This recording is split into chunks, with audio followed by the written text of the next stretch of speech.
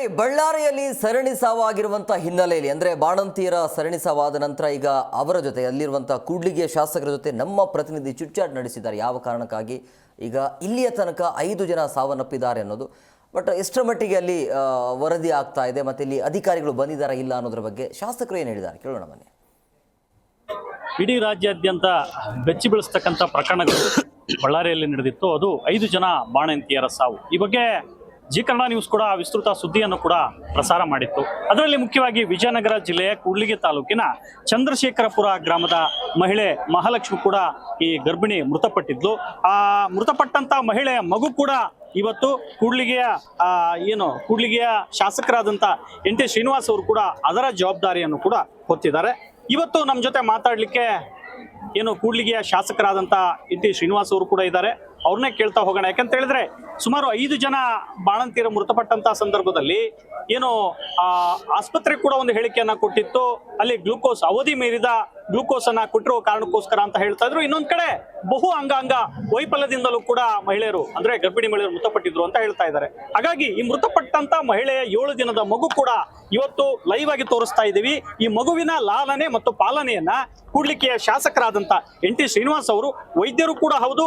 ಅವರಿಂದಾನೇ ಕೇಳ್ತಾ ಹೋಗೋಣ, ಮಗುವಿನ ಲಾಲನೆ ಮತ್ತು ಆರೈಕೆ ಯಾವ ರೀತಿಯಾಗಿ ಮುಂದುವರಿಯುತ್ತೆ ಅಂತ ಹೇಳಿ.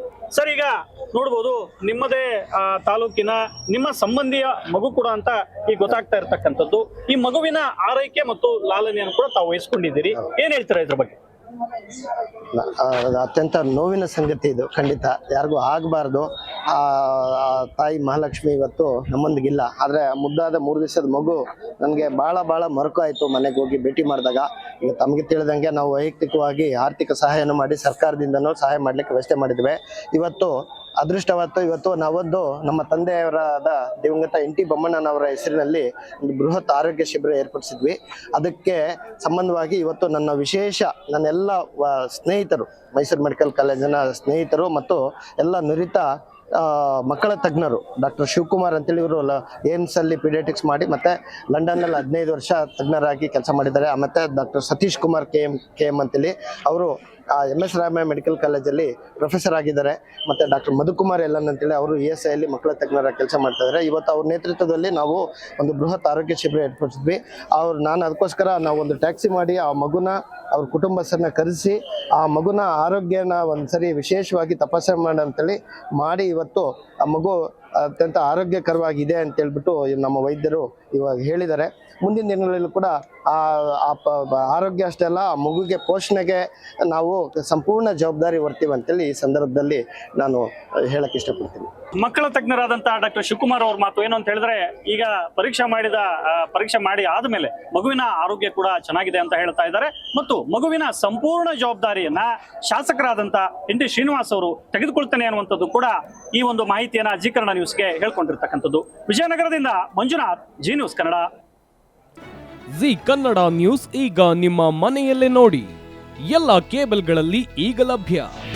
ನಿಮ್ಮ ನೆಚ್ಚಿನ ಜಿ ಕನ್ನಡ ನ್ಯೂಸ್ ಈಗ ಸನ್ ಡೈರೆಕ್ಟ್ ನಲ್ಲಿ number 292, Tata play number 1664, Jio TV number 1334, NXT digital number 30, N cable number 30, city networks 51, U digital number 162, GTPL number 17, Rockline telecommunications number 42, Shri Basaveshwara cable number 168, rural cable network 60, Vinayaka digital 57, Abhishek cable 821, city channel 53, Siddeshwara cable network 57, V4 digital Infotech 628, ಸೂರ್ಯ digital networks 53, Gajanan digital number 836, Malnad Infotech private limited number